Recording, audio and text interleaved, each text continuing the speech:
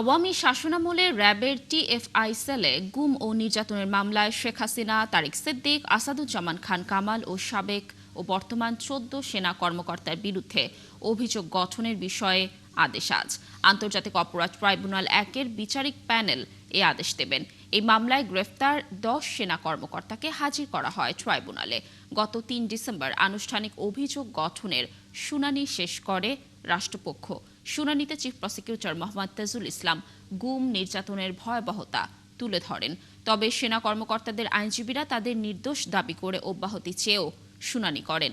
এদিকে রামপুরায় ২৮ জনকে হত্যা মামলায় সেনা কর্মকর্তা রেদওয়ানুল ইসলাম, ২ পুলিশ কর্মকর্তা সহ ৪ জনের পক্ষেও আজ শুনানি করবেন তাদের আইনজীবীরা। এই মামলায় গ্রেফতার রেদওয়ানুল ইসলাম ও রাফাত বিন আলমকে সকালে ট্রাইব্যুনালে আনা হয়।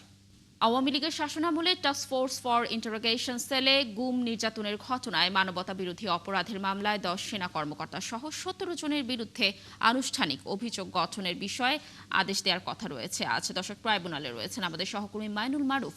আরও তথ্য নিয়ে তিনি যুক্ত হচ্ছেন আমাদের সাথে। মাইনুল, আজকের শুনানি কখন নাগাদ শুরু হতে পারে, আর এই মামলা ছাড়া অন্য কোনো মামলার শুনানি বা সাক্ষ্য গ্রহণ আজ রয়েছে কিনা, ট্রাইব্যুনালের সর্বশেষ তথ্য জানবো আপনার কাছ থেকে।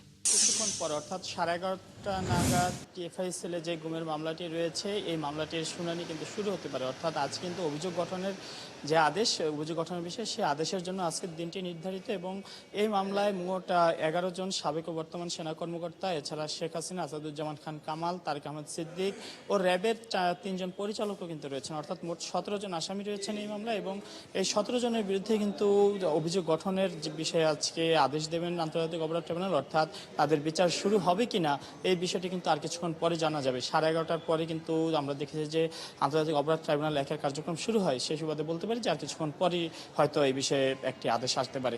এর বাইরে আমরা আজ দেখেছি যে এর যেই রামপুরায় ২৮ জনকে হত্যার একটি মামলা রয়েছে, সেই মামলায় সেনাবাহিনীর ২ জন কর্মকর্তাকে আসামি করা হয়েছে। মোট ৪ জন সেই মামলায় আসামি।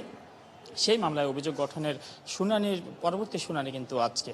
অর্থাৎ সেই মামলায় ২ জন সেনা কর্মকর্তা এবং তাদের বিরুদ্ধে রামপুরায় গুলি করে ২৮ জনকে হত্যার অভিযোগ রয়েছে এবং অপর ২ জন পুলিশ কর্মকর্তা, সেই ২ জন পুলিশ কর্মকর্তা কিন্তু পলাতক রয়েছেন। অর্থাৎ আজকে মোট ট্রাইব্যুনালে সকালবেলা ১২ জন সেনা কর্মকর্তাকে আনা হয়। এর মধ্যে ১০ জন টিএফআই সেলের গুমের মামলায় গ্রেপ্তার আসামি এবং ২ জন রামপুরার যে ২৮ জনকে হত্যা সেই মামলার আসামি। এছাড়া আজকে আশুলিয়ায় যে লাশ পোড়ানোর মামলাটি, সেই মামলারও কিন্তু আজকে আন্তর্জাতিক অপরাধ ট্রাইব্যুনালে সাক্ষ্য গ্রহণের কথা রয়েছে এবং এই মামলাটিও কিন্তু একদমই শেষ পর্যায়ে। আশুলিয়ায় যে ৬ জনকে পুড়িয়ে পোড়ানো এবং একজনকে এর আগের দিন গুলি করে হত্যা, মোট ৭ জনকে হত্যার অভিযোগ রয়েছে এই মামলায়। সেই মামলায় একদমই শেষ পর্যায়ে, যেমনটা বলছিলাম যে এই মামলায় সর্বশেষ যে সাক্ষী, মামলা তদন্ত কর্মকর্তা, তিনি কিন্তু আগে একদিন সাক্ষ্য দিয়েছেন। আজ পরবর্তী সাক্ষ্য এবং জেরার কিন্তু হতে পারে তার আন্তর্জাতিক অপরাধ ট্রাইব্যুনাল ২-এ তার কিন্তু এই কার্যক্রম রয়েছে। সব মিলে আজকে মোট আমরা বলি যে ৩টি মামলা রয়েছে এবং ৩টি মামলার মধ্যে ২টি মামলায় কিন্তু অভিযোগ গঠন বা অভিযোগ গঠনের শুনানির বিষয় রয়েছে এবং একটি মামলায় সাক্ষ্য গ্রহণের পর্যায়ে রয়েছে। এর মধ্যে যে গুমের মামলাটির কথা বলছিলাম, আমরা দেখেছি যে টিএফআই সেলের মামলাটি ছাড়াও জেআইসি সেলের মামলা কিন্তু ইতিমধ্যে বিচার শুরুর আদেশ দিয়েছেন আন্তর্জাতিক অপরাধ ট্রাইব্যুনাল।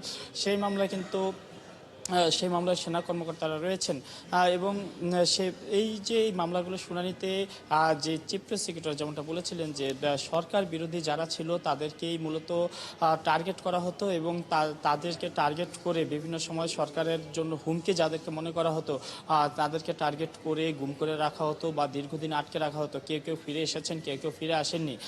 যারা যারা ফিরে এসেছেন মূলত তাদের অভিযোগের ভিত্তিতেই কিন্তু এই মামলাগুলো হয়েছে। টিএফআই এবং জেআইসি সেল এবং টিএফআই সেলের মামলাটি র্যাবের অধীনস্থ এবং জেআইসি সেলের যে মামলাটি, সেই মামলাটি মূলত ডিজিএফআই পরিচালিত এবং এই ২টি মামলায় কিন্তু আমরা দেখেছি মোট ১৫ জনের মতো সেনা কর্মকর্তাকে কিন্তু আসামি করা হয়েছিল।